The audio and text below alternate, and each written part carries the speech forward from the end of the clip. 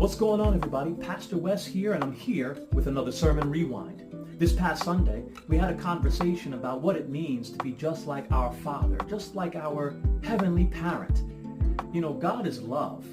And in 1 John chapter 2 and into chapter 3, verse 3, John was talking about this love that God has for us.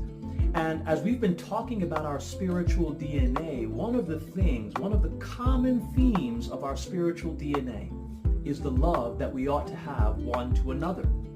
See, in 1 John chapter 2, starting in verse 28 and going into chapter 3, verse 3, John was trying to help us to understand that we had to abide with or to remain in fellowship with Christ in order for us to exhibit the kind of love that God had for us.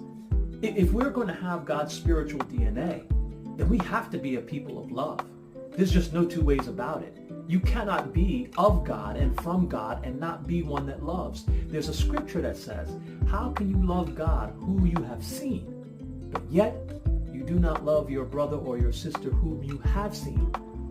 That right there in a nutshell tells us that the way we treat each other will give people an idea of whether or not our spiritual DNA comes from God or not. So honestly, what I would like for you to take away from this, and you can go back and listen to the entirety of the message, but what I want you to get from this is that God has love for us, and God intends for us to exhibit that love one to another. And the final thing is, he said that all of us have this eager expectation that we would be pure just as God is pure. Doesn't mean we're perfect.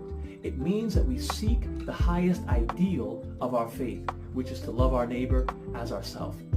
I hope that helps. If you want to hear the rest of that message, go to Priesthood of Believers podcast on Spotify, and you can listen to the entirety of Just Like My Father. You guys take care and remain blessed.